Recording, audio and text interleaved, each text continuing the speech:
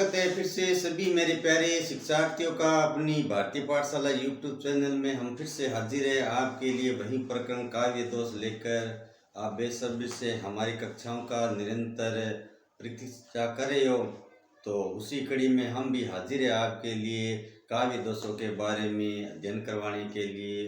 पिछले अध्याय में जो पिछली कक्षा थी उसमें हमने काव्य दोष के जो दो दोषों का वर्णन जाना था। उनमें से एक था श्रुति कटुत्व दोष, अर्थात जो कानों में सुनने में कटु लगे। दूसरा है संयुक्त संस्कृति दोष, जिसमें किसी प्रकार अशुद्ध शब्दों का जहाँ पर वर्णन किया जाता है काव्य में, तो वो संयुक्त दोष संस्कृति कहलाता है।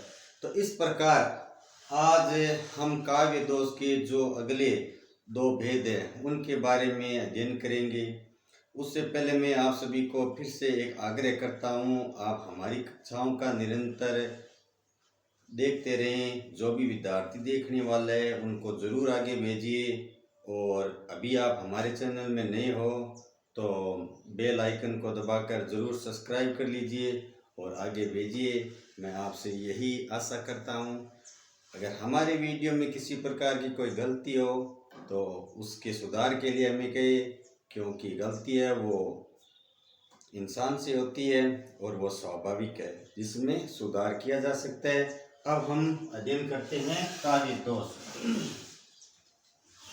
काव्य दोष का तीसरा दोष है ग्राम्य दोष, और ग्राम्य शब्द का अर्थ है ग्रामीण, गंवारू या असभ्य शब्द, जो अपनी भाषा में अपने क्षेत्र के अनुसार देश शब्द होता है उससे।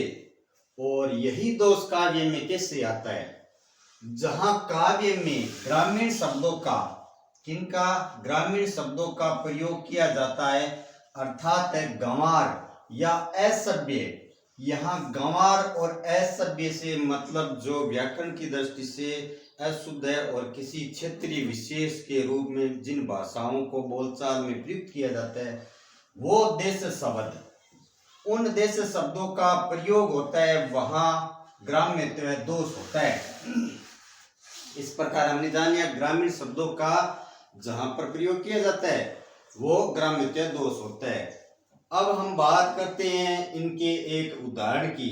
तो मैंने 3 उदाहरणों के माध्यम से इसको बताने का प्रयास किया है, पहला और दूसरा, तीसरा। हम बात कर लेते हैं तीसरे। वारे अकबरा तेरे जेठाट बाट, वारे अकबरा तेरे जेठाट बाट, नीचे दरी और ऊपर खाट। अर्थात इस काव्य में बड़ी रोचकता का वर्णन किया गया है, लेकिन जो शब्द है तेरे, ये ग्रामीण शब्द का है, अर्थात ये शब्द ग्रामीण के हैं। अकबरा, वारे अकबरा तेरे जेठाट बाट, नीचे दरी और ऊपर खाट। अर्थात काव्य में ग्रामीण शब्दों का जिस प्रकार प्रयोग किया गया है वो अशुद्धि है।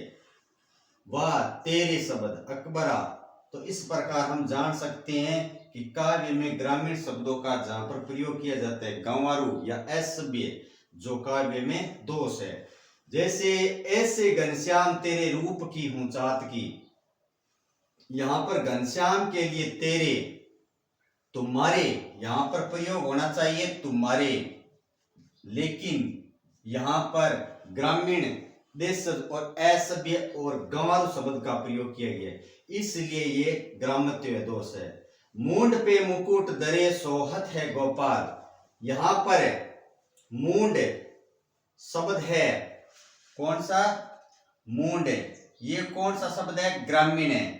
अर्थात सर पे मुकुट धरे, और उसका सही अर्थ है सर, लेकिन उसमें ये ग्रामीण शब्द का प्रयोग करने से ये काव्य में ग्रामीण दोष या ग्राम्य दोष आ गया। तो इस प्रकार हमने जाना कि ग्रामीण अर्थात गंवारू और असभ्य शब्दों का प्रयोग करना ग्राम्य दोष आता है। अब हम बात करते हैं अक्रमत्व दोष के बारे में। अक्रमत्व से पता चलता है कि शब्दों का जहां पर सही कर्म न हो और फिर उनका काव्य में प्रयोग करना, वो कौन सा दोष कहलाता है, अक्रमत्व दोष। जहां वाक्य में किसी शब्द का कर्म अनुचित, जो उचित नहीं है, रखा गया हो, वहां पर अकर्मत्व दोष होता है। जैसे विश्व में लीला निरंतर कर रहे हैं मानवी, तो यहां पर मानवी शब्द लीला से पहले प्रयुक्त होना चाहिए। क्यों? कि मानवी की जो लीला है वो कौन करते हैं? मतलब प्रभु विश्व में निरंतर मानवी लीला करे, अर्थात मानव के रूप धारण करके या जन्म लेकर जो लीला करें वो कौन सी लीला? मानवी लीला। लेकिन यहाँ पर काव्य में विश्व में लीला निरंतर कर रहे हैं मानवी, प्रभु है वो निरंतर करे, लेकिन मानवी शब्द है वो पहले लीला से आना चाहिए, क्योंकि प्रभु विश्व में निरंतर मानवी लीला कर रहे हैं। तो इस प्रकार आप इसके अन्य उदाहरण भी है, जो शब्दों का आगे पीछे जो क्रम रखा गया है उस क्रम के अनुसार आप जान लेते हो कि उसमें कौन सा दोष है, अकर्मत्व दोष है। तो आशा है कि मेरे द्वारा जो बताए गए उदाहरण है आप उनसे जरूर संतुष्ट हो और विभिन्न उदाहरणों को आप ज्यादा से ज्यादा देखिए। आज के वीडियो में जो ग्राम्यत्व और अकर्मत्व दोष के बारे में बताए आप जरूर देखिए, उनको कमेंट करिए और आगे भेजिए। हम फिर इनके जो विभिन्न दोष है उनको कल फिर से आपके समक्ष लाएंगे, मैं फिर से हाजिर होऊंगा। तब तक के लिए आप यूं ही हमारे चैनल में लगातार अध्ययन करते रहिए। जय हिंद, जय भारत।